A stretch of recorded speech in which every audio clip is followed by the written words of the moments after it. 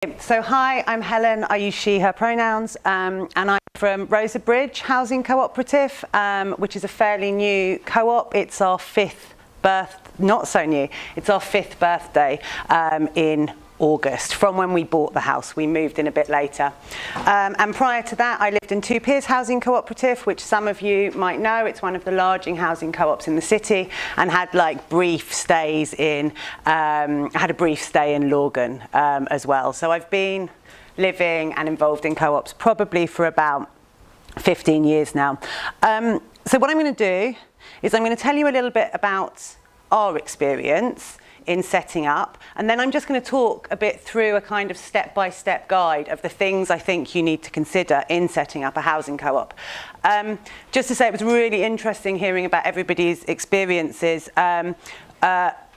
Every aspect of our experience won't be the same. We followed a specific model of setting up. We also had no money at the start. But I think there are things that cross over that are relevant across all projects. And I'm open to questions at the end if there are any aspects that I don't cover. So just to start with a quote from Radical Roots, which is that a housing co-op is not just bricks and mortar, it's a group of people and the means they use to collectively control and manage their housing.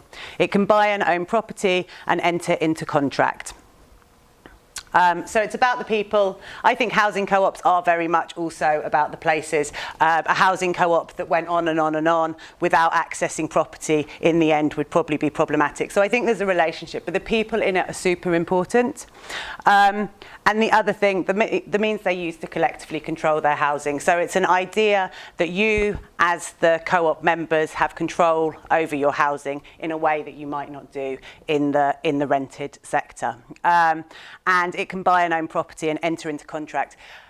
What's super important about that is what it means. What it meant in our experience is that people who would not have, for us, it meant that people who would not have stood a chance of getting a mortgage in our city because we didn't own enough money, through joining and forming a co-op, through that body, we were able to enter into the contracts and buy property. So it enabled us to do something that as individuals we wouldn't have been able to do. There are three, I'm a little bit sketchy on some of the legalities and structures, but I think there are three different types of co-op. One is short life, and that's not really so prevalent at the moment. So what short life is a property that maybe is falling into a bit of disrepair, that there's a period where the owner wants to do something. There's a period in between when the owner wants to do something to it, be it a private individual or a company, and there's a set period, and they rent it to the co-op for that period. I think Lorgan was an example of short life co-ops when it set up. It was lots of properties above shops that the shop owners couldn't do anything with, and so they got access to them. I haven't heard of many experiences since Lorgan of that kind of model.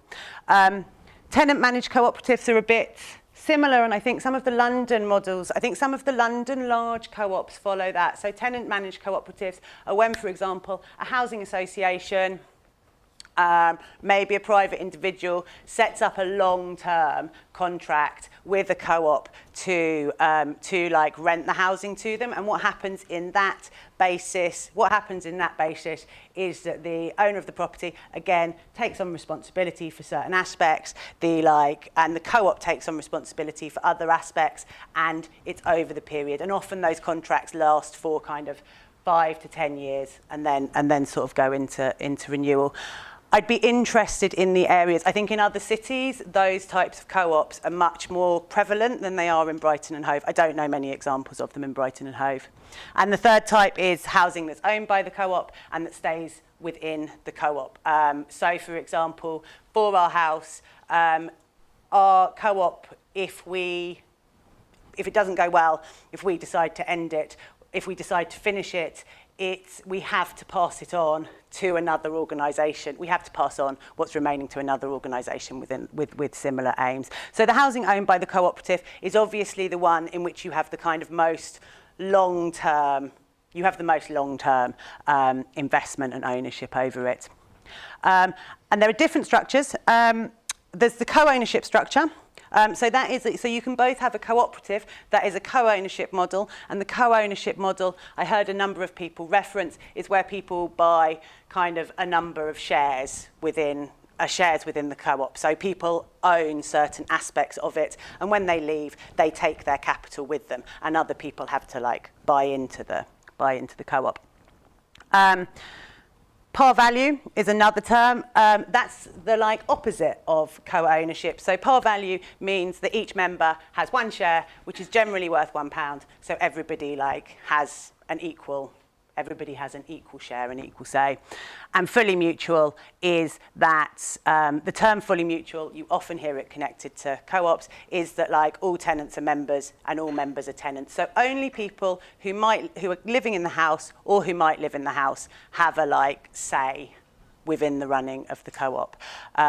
So yeah, those are the kind of terms, I think they're the main terms that kind of go around when you talk about co-ops. Okay. So I'll just introduce very quickly like us and our sort of principles, because they kind of form who we are. So we're a group of 5 people. We describe ourselves as a feminist co-op, which means that we talk a lot about how feminist principles affect how we like organise our day-to-day workings and the like how we run the cooperative. We're an LGBTQ plus co-op, and we've described that in different ways over kind of our development. We live in a communal way, so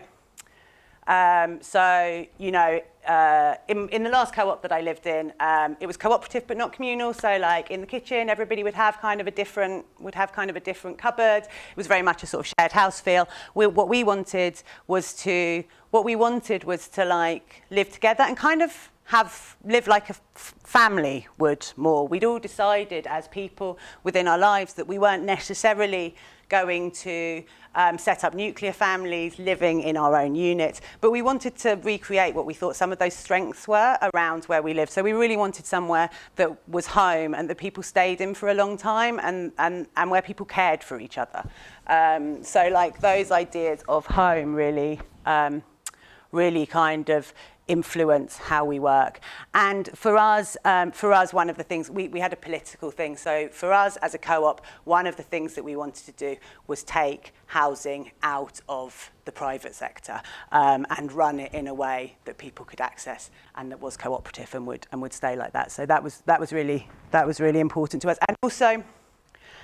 And also make it possible, like it seems to me in Brighton, as lots of people will know, like people who don't earn as much are getting forced out of Brighton. It's too expensive to live in. And so what we wanted to do was set up somewhere, and it wasn't super cheap because obviously house prices are quite expensive, but we wanted to set up somewhere that like, if we took a long-term view, would remain affordable, like, and we could commit to keeping it affordable in a city in which we saw that people were like being pushed out and being pushed to the like outskirts of the city. So that was kind of under our development.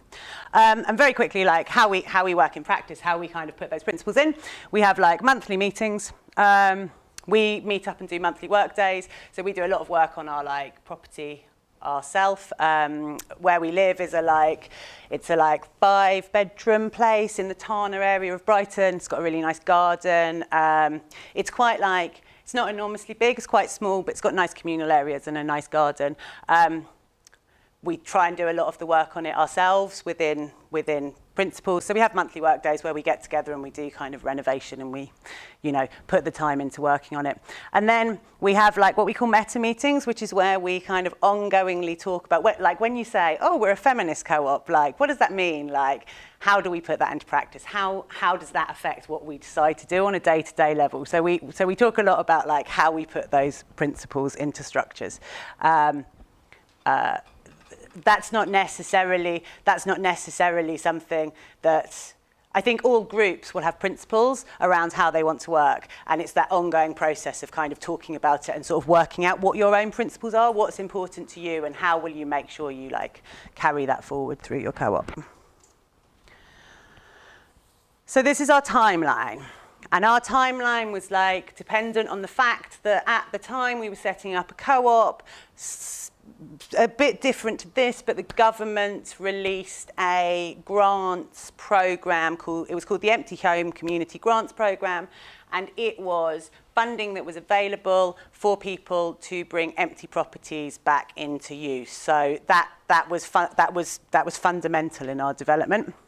So like really a long time ago, I think it was probably about 12, 15 years, we started talking about setting up a co-op. Group of friends just started chatting about it, like, what is it that we want to do? What's different to what we're doing already? What would it look like? How might we do it? And we kind of chatted the same, intense discussions in the pub and over coffee and, are we going to do this? Are we not? And then in August 2011, we heard about this CHIBA, which is the cooperative housing in Brighton and Hove, the network of housing co-ops, heard about the Empty Homes Community Grants Programme. In November 2011, we hadn't registered, we talked about it, we had a group of people, we hadn't registered as a housing cooperative yet because it was still kind of just in idea stage.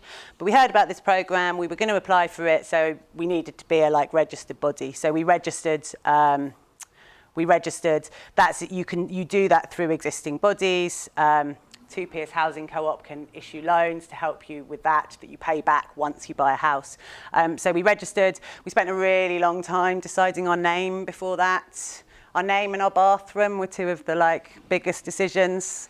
Rosa Bridge comes from lots of things. The idea of connecting people.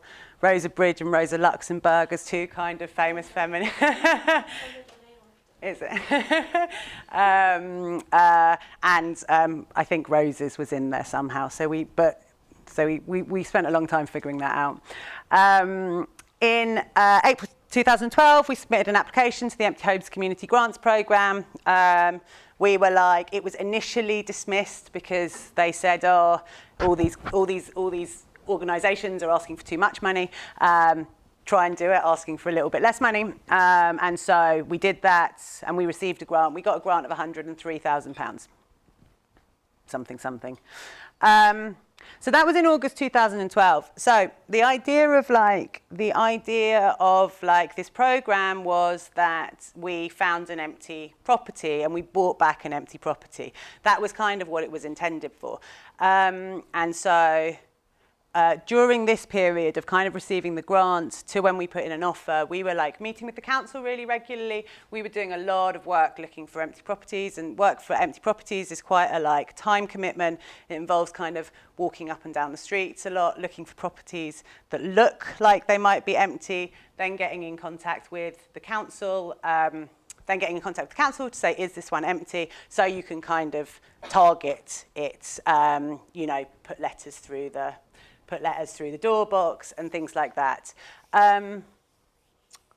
It wasn't, I think there's more, and I know there's more that's being done within the programme about establishing those links and working out ways co-ops can have better access to empty homes. It actually wasn't very successful for us. Lots of the things that we thought were empty weren't empty. And what we started to do was look on the open market and look for properties that maybe were being sold but hadn't been occupied for a while. And so what we did was we found one that we visited, and it just seemed like it might be empty. And it turned out that the person who lived there had indeed not been living there for a while, and in fact then she had passed away. So it had been her family home, and so it counted as empty within the kind of schemes of the programme. So yeah, that was. For us, that was a bit tricky. We really wanted something. We really wanted to bring back a property that someone wasn't particularly using at the time. But that was difficult. So we decided to go for this one. We decided it was better to set up a co-op because the funding was going to last for a certain amount of time. So we did that. We put in an offer, went backwards and forwards. It was accepted. We bought the house.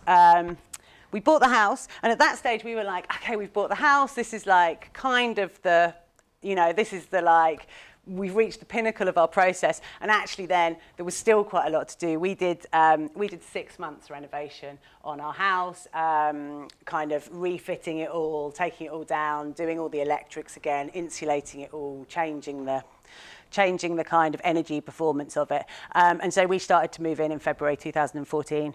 And it was a 4-bedroom house at the time. There was a shed in the garden. We were like, oh, a shed in the garden looks like it could be a new room. So we converted the shed in the garden into a 5th room.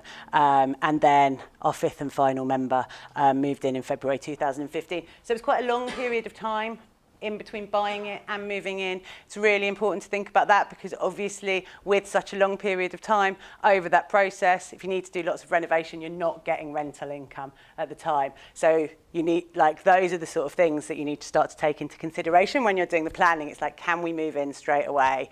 So you really need to sort of, when you're thinking about it, you really need to kind of project forward in that way. So these are some of the photos of our place. That's like our living room where we started to like pull it all down. That's the shed. It's a bit of a shame. It was a really beautiful shed. It used to be, our house was an old dairy. That was where they sold the milk out of. Yeah, now we've painted the house white and blue to reference its past as a dairy. This is how it looked when we kind of moved in. This is us pulling all the floorboards up to insulate it. And then this is us like quite soon after moving in. It doesn't really look like that anymore. So our living room, our bathroom that we spent a load of time deciding on.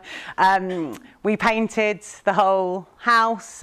We rendered and painted the whole house. And then this is the like the room that we kind of rebuilt in the garden. So yeah.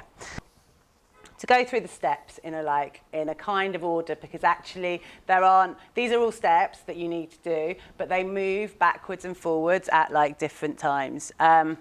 So find people that you like and you want to work with and that you think you could live with. And obviously everybody's kind of engaged in that process, coming here and like meeting other people. And think and talk about like what you want your co-op to be, like, who's it for? Like, how are we going to live together? Like, how are we going to organise the kind of principles of day-to-day things? Like, you know, are we going to live quite separate lives? Or like, do we want to have meals together every night? Like, are we going to be like, are we super, super passionate about environmental issues? Do we want it to be a vegan co-op? You know, those like day-to-day things actually often reflect principles that are at the core of your co-op. And sometimes it seems, and actually like, so people often get worried about like business cases, and people get really stressed about what a business case is. Like, these conversations are like the start of your business case. They're the start of where you say, here's what we want, here's what we're looking for, here's who we are. So like, yeah, when you're thinking about doing that, which comes a little bit later on, all of those things where you describe what you're going to do and how you're going to work, they form your business case.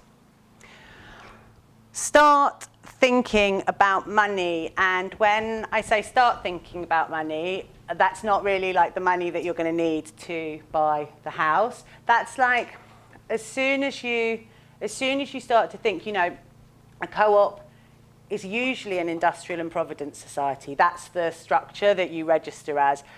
I don't know if co-ops can be other things. Like, I know that's the majority of like co-ops. It's an industrial and providence society. So as soon as you register, you're an official body with a legal status. Even if you have like very little like going in and out, you're still doing things like maybe you're buying stationery or you're trying to like post something off. You know, maybe you need to cover like refreshments at your meeting. So quite early on, you have to start thinking about those kind of basic expenses and about like accounting for those basic expenses. So certainly, as soon as you're registered as a co-op, you need to be carrying out very simple accounting procedures. So just a simple income and expenses sheet. What we did was we just asked members to contribute £1 a week. We asked members to contribute £1 a week, and that just went into our general pot, which we had as a petty cash pot, and we just claimed out of that. I think 2 of us still pay that £1 a week, although we tried to abandon it once we'd like bought the house. So just sort of have a think about that. Find your name, register your co-op. You want to think a little bit about like when you want to do that. Once you have registered, you are an industrial and provident society, which means you need to submit like annual returns to the FCA. They're simple, they're not difficult, but they cost £55 a year. If you've got no income, they still cost £55 a year. So you kind of want to register at a stage where you're sort of along the process, but it takes a little while. It takes about 2 months. So you don't want to register too late. So you just you want to be pretty definite, feeling like, you know, pretty confident that you're on your way there. As I say, two peers co-op will issue development loan funds. So we borrowed money off them, and as I say, you only have to repay it once you're getting like rental income from people. So that's good. And then setting up a bank account. Setting up a bank account, again, is a thing that you can... setting up a bank account is a thing that you do once you're starting, once you start kind of receiving more substantial bits of money, I think. So when you're just working on sort of petty cash things, £1 a week, it can just be in a little pot, it can be in a kitty. But like, you know, once you start thinking about kind of any form of crowdfunding, about grant funding, about like raising loan stock, you need to have a bank account, and it will need to be set up as kind of a community bank account. You need to start to research, and your research will obviously depend on all those conversations you've had about what is it that you want, you know.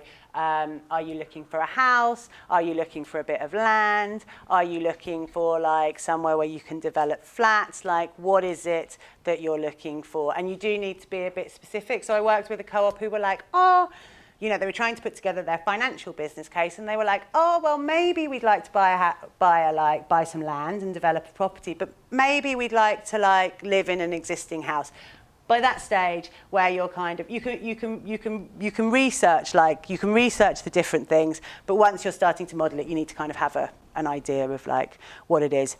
The questions that obviously are coming up for everybody, like what's out there, can you afford it, how much money can you raise? So I know that there's been some work done within the programme on the different financial monitoring forms. We use the like Radical Roots financial spreadsheet, and what we did was we really like spent hours, days, a really long time over the entire process, just like throwing figures at that. So we would say, okay, at that stage we were like, how many people are we going to be in total? So we'd be like, okay, if we're 4 people, and this is what our house costs in Brighton for 4 people, and this is what we know that the mortgage company's interest rates are, if we can get a mortgage out of this much, would that work out? And we'd put all of those figures into the spreadsheet, and we'd be like, oh no. So then we'd be like, okay,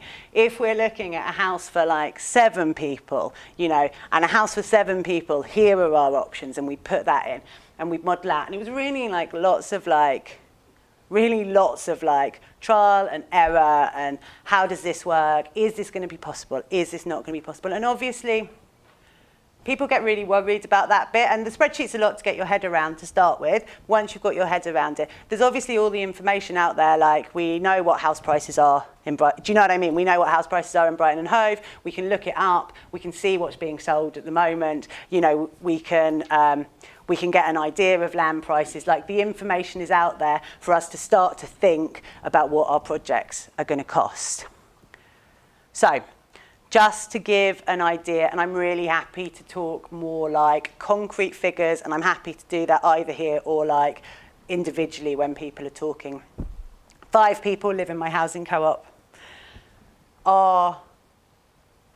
We got a grant of £100,000. We bought our house for £330,000 and did £60,000 worth of renovation of it. £400,000 total cost, not including the lost income. our co-op model is based on us lending at regular intervals. Oh yeah, we got £39,000 worth. We got a £280,000 mortgage and £39,000 of workshop of £39,000 of loan stock. And what happens with our co-op model is that we have to like re-raise money every 10 years in order to like keep sustaining until we can pay the mortgage back at the end. Hornbeam, who are another co-op who set up at the same time as us, and they also got £100,000 grant. So obviously that's really helped. Like that made a massive difference. Their total cost of their project was £330,000. Six people, and they have as soon as they started, they could start to repay the loan stock that they repay the loan stock that they owned. So there are that was a lot of figures. There are some like quite simple things. Bigger houses that have more people in them are a more viable option.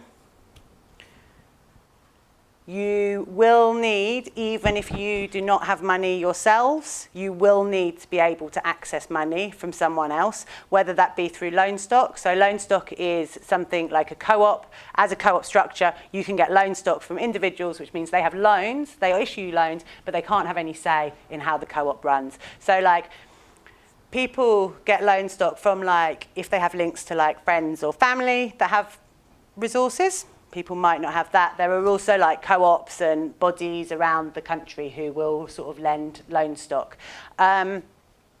I haven't like had much experience of like crowdfunding to support housing co-ops, but I figure it's something that really should be able to be developed. Like a lot of the things I read about it say, you know, if you find the right people or you find access to people who support this, you know, a lot of people support the development of housing that's, you know, a lot of people support the principle of housing that's affordable to different people. You know, I think there's going to be it's still coming up. Like there's the possibility. Yeah, extra capital funding from places, extra grants, but it is necessary. The mortgage will only ever cover, I think, 80% of what you raise, and the places that go along with that. Obviously, the places where you decide to buy, in particular, we went for a quite expensive, more high-risk option because we really wanted a house in the city centre. And so we were like, we'll buy this house in the city centre because we think we can, you know, keep raising money until our mortgage is paid off, and then we'll have loads of money, and then we'll set up another housing co-op and we'll do the same again. But like, you know, there are places in Brighton that are less expensive to buy in.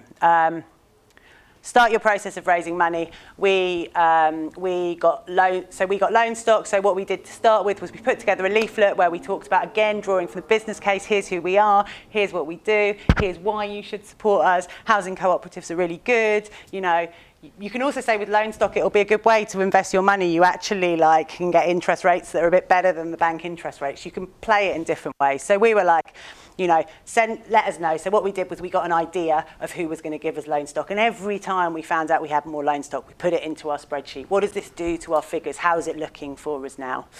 And start speaking to mortgage companies. Some information that I read said that actually you should get offers from different mortgage companies. We didn't. We just went with the Ecology Building Society. We really liked them. They were very supportive. Through our process. I don't have experience with Triodos or is it Charity Bank? Who's the third one? Or Charity Bank. But I know other co-ops in the city have. Once you've so the business plan. So with the business plan, the business plan is both a narrative. What's your project? Who are you? What's your project? Who are you? But also then a financial business plan. So to get your mortgage, you have to have a business plan that has both the narrative and the financial stuff. So the financial stuff is tied to a specific property. So you can model the options, but once we'd seen our house, 34A Richmond Street, we were like, it's going to cost this much. here's the work we think we need to do on it, like, so here are our projections. We made it quite specific. And then I've got the mortgage there. Actually, yeah, you get a mortgage. You get an offer accepted, you get the offer accepted, and then you apply for the mortgage based on that. So there's a period where this whole host of things goes on. I mean, some people in here have already bought houses. I think it's exactly the same. What we did was we just spoke to loads of people who had bought houses, because actually the process is a little bit different. There's a few more things you have to provide if you're a co-op, but it's not massively different. Like there's things that are more conditional on the survey. So we just got in touch with all friends or family who had housing, and we're just like, oh, what's going on here? We haven't done this before, and that was much better. You get a solicitor, you enter into contracts. There are all of these things. Solicitors, surveyors, accountants, like there are co-ops in the city who are using them, who have done it before, who can kind of pass on details of people that are good. You don't need to, a lot of the stuff, you don't need to recreate what's happened already. There are links there to people who have done it. And in this process, so this process for us was from April to August. We said we want quite a long period before we move in. We want quite a long period before we move in, where we can like make sure that we've got everything in place, we've got all our loan stock, we can afford the house. And it also gives you a bit of time to do stuff on things like your tenancy agreements, any policies that you might need to have going from the moment that you move in. Yeah, those were the steps. Some of them move around. The first one is just an ongoing thing. Keep talking. Sometimes you become incredibly bogged down in this really small detail. You both have this balance of the really small detail, but also the bigger picture of who are we? What are we doing? So that ongoing conversation. This guide, which kind of a lot of the step-by-step is like, if you haven't read it, if you want to set up a housing co-op, it is absolutely invaluable. Radical Roots, who are a network of housing co-ops that are committed to kind of social change and social activism, it's really good. We literally followed it. Like we were like, oh, what does this say? It's available to download. Yeah, it's available. There might be some copies printed out. It's really, really good. I couldn't recommend it more. Between that and speaking to other co-ops in the city, we spent a lot of time. Other co-ops were setting up at the same time as us. Those two things were really like, you know, that ability to say what's going on, what can I do here? Like they were so invaluable to us. Chibba as a network was so invaluable to us at that time, other co-ops. Speaking of Chibba, there's a housing co-op social on the 16th of June. So that is, free to attend. Email, it's a chance to like meet people from other housing groups, meet people from existing co-ops. It's open to all types of community-led housing, so both co-housing groups and co-ops. It's going to be a chance to see how we can help each other. And then there's a survey which is to discuss the different needs, and through that, like how Chibba can best meet those needs. Come along to that. So that was a whistle-stop tour of our story. We are really. I mean, obviously, there's going to be some discussions. I can answer any questions now. As Rosa Bridge, we've talked a bit. We're happy to help other co-ops that have questions. We are specifically, because of our identity and interest, have specifically like talked about whether it's mentoring or siblinging other like LGBTQ co-ops. But in general, like we're happy to answer questions. We are happy to answer questions from anyone. But yeah, I'm here now. Has anyone got any like specific questions about specifics or questions about generals? Yeah. Yeah. What were the conditions attached to that? That it had to be an empty property, and what that meant for them was that it had to be registered as empty with the council.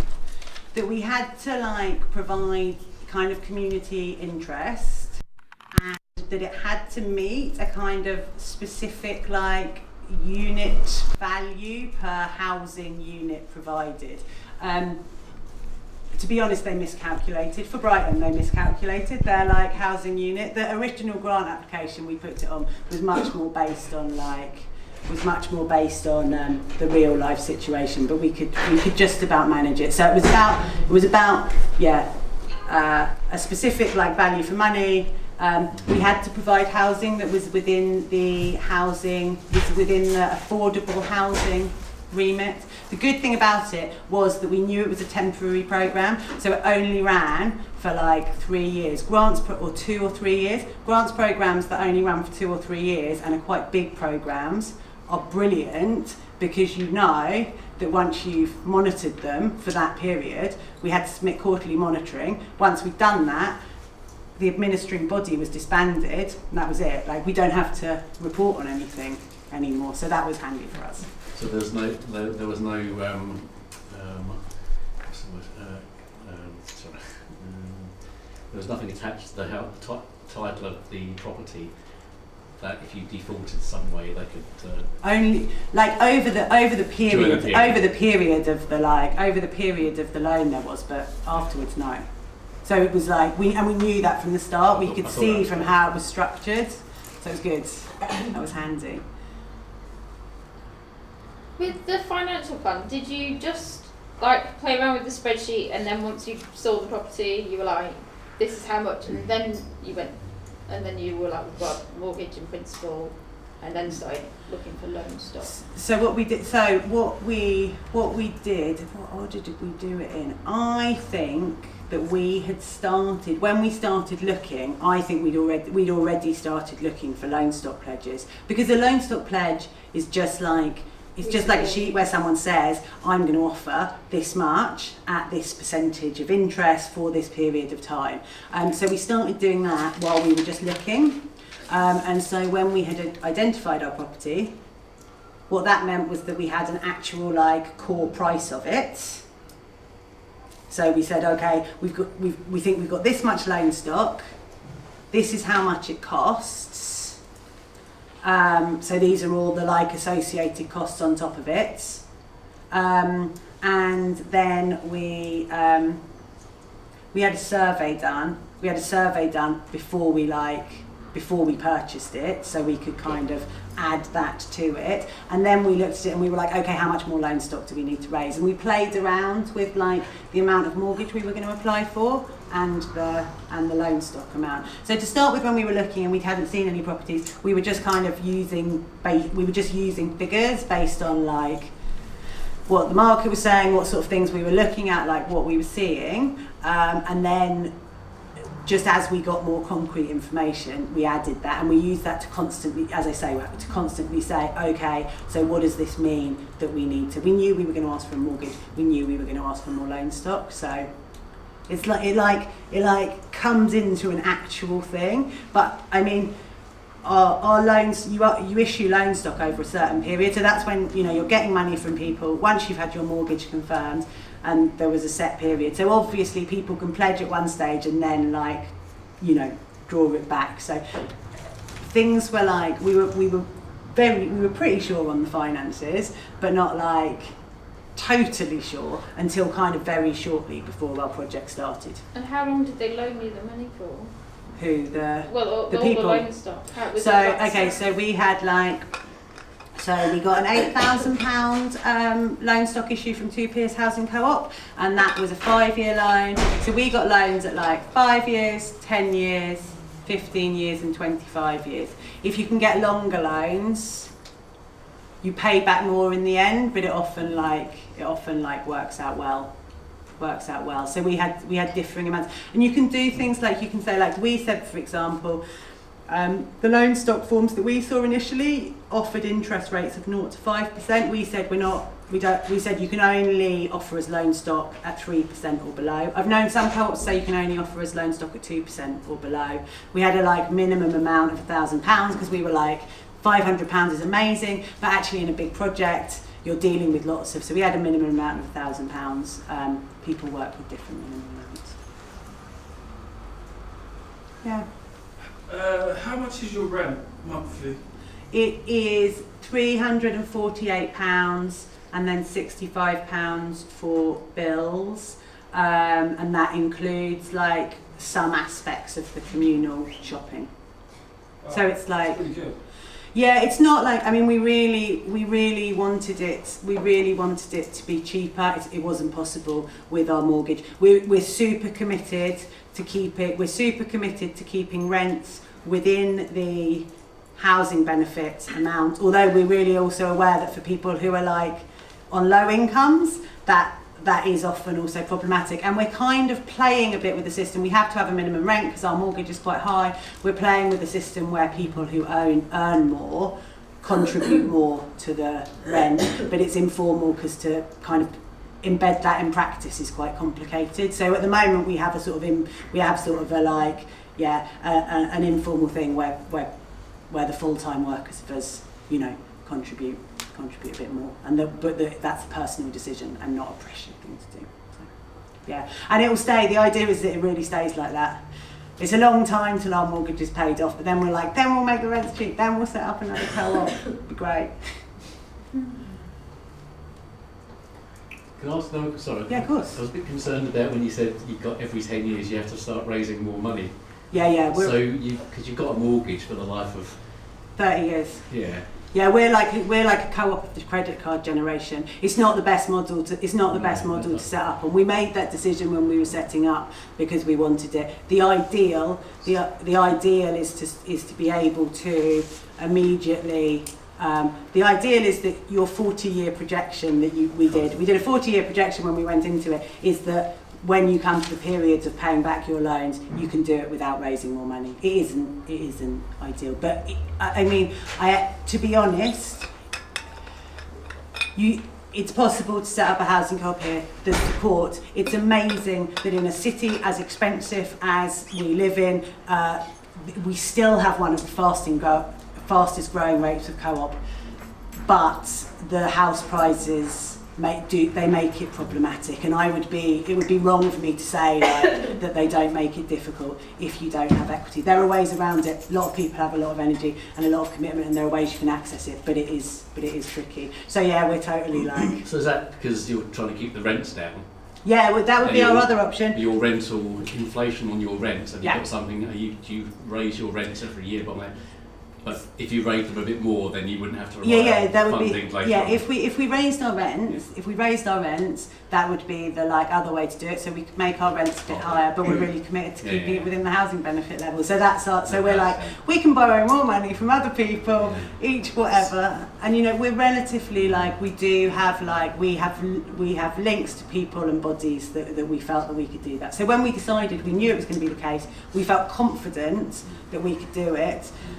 We submitted it to a lot of official bodies, and they all either didn't look at the figures or felt confident that we could do it. Yeah, I was going to ask if there were any issues with your mortgage, because you would have thought that they would have won your finance. Yeah, they did. They had a 40-year planning where we said all of it. It was really clear. And they were happy that you would get that you wouldn't be able to raise that money in 10 years' time. They were fine. Yeah, isn't it? Yeah, I found that interesting. Okay. I was surprised. Yeah. Scenario. Yeah. So one of your members becomes unemployed and needs to claim benefits. Yeah. How would that work? How would they be able to claim benefits to pay into your co-op? They could do that. Yeah. So there is a fallback. Yeah. If something goes wrong, you can do that. Yeah. We actively, again, it's kind of political on our part. We actively, there's a lot of places if you're renting that exclude people who are on benefits. So we say we actively welcome. To be honest, I don't know why people have such a problem with it. Benefits are, if you're on benefits, it's a very regular payment into your account. I don't know why landlords have such a problem with it. But yeah, we're also committed. We're very strict when people join. We have quite a long joining process because we're a home. It's important to us who we live with, so we have quite a prolonged process where people come and meet us. Then we have an interview, then we hang out for a while, and in that we would be we've never had it, we would be very unsympathetic to people who just didn't pay the rent. It totally messes us around. It totally puts our entire co-op at risk. We would be very sympathetic and help as much as possible to people who were like messed around by benefit systems, and we would work that out somewhere within the country. Yeah, people get messed around, and that's not That's life, yeah. But like in terms of people just having money and not paying their rent, that we're not. Yeah, we've got no tolerance for it. It's our like. So I've got another question. Yeah, of course. Your loan stock from private individuals and two peers. Yeah. What were they secured on? What security did they have for that money? I mean, the mortgage company will put a charge on the property, obviously. Yeah. I think the I'm having to remember trust. it, and I'm happy to send. Yeah, a little bit of trust, but also on the property, secondary on the property as well. Oh, so there was a second charge. Yeah. So that would potentially limit you borrowing other money off of the back of the property in the future. Possibly. Yeah. Not. We haven't tried that yet. Well, you've only got quite low level sums we're talking about here, isn't it? So Yeah. if you nowadays, if you bought a property for $500,000 and you got loan stock of 300,000, Yeah. that would be a substantial Yeah. loan to the value, as it were. So Yeah. you wouldn't be able to raise any more money. Okay. No. Okay, thanks. Yeah. I don't think it would stop you borrowing again. I think loan stock always takes second place to a commercial loan. Yeah. Well, there'd be second charge, wouldn't it? The commercial Yeah, it'll loan. always be, because it's never as secure as a commercial But loan. if you had a mortgage and you had loan stock and you were mortgaged and the loan stocked up to say 80% of the property value, if you wanted to borrow more money, You could. you couldn't. You couldn't if it were up to 80%. Well, because any loan would be, Yeah, over the 80% maybe, but whatever. but if you've gone down to 70, I think it might be difficult. I think probably there's some difficulties with that. I think it's probably what right. I think, not what I'm saying. Okay. I'm trying to understand. Anyone else? Yeah. I don't know if this, sorry, I don't know if this That's has been fine. asked. How would you have any recommendations for, you have like your monthly thing where you like help do stuff for the house? Yeah. Sorry, I couldn't remember what you called. Monthly workday. Workday. Yeah. I'm just wondering if you had any suggestions if a member of the co-op has like a disability, for example, how would you share the labour? Yeah. So we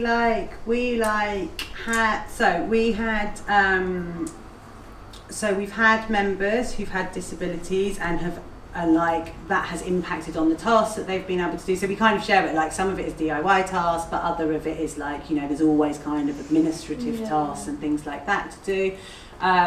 So we've done that. What we have done, there's kind of the whole period in which you set up, and then there's the kind of initial year, there's the initial years and things like that. We have one of the things we've talked about is whether we can at the moment include people who for whatever reason weren't able to contribute to the running of the co-op, and at the moment, because of how it's worked, it's a no. So we say very clearly kind of these are the things, and that would include other things like, for example, one of our members before got PIP and so could have someone who helped them, and we were quite happy for them, do you know what I mean, for them to take the task. But at the moment we're certainly not fully inclusive in that we can incorporate everybody's needs. I think we'd really like to get to a stage where that was possible. It's just not right now, but we talk about that a lot. But we do a lot of talking about, so we've done things like, we've done things like pairing up on tasks, or sorting out different tasks so people can be involved in that. We really try and work around. We really try and work about individuals' needs as much as we can, within sort of a limit. I think that's probably best. Is there anything you do differently that next time around? Oof, good question.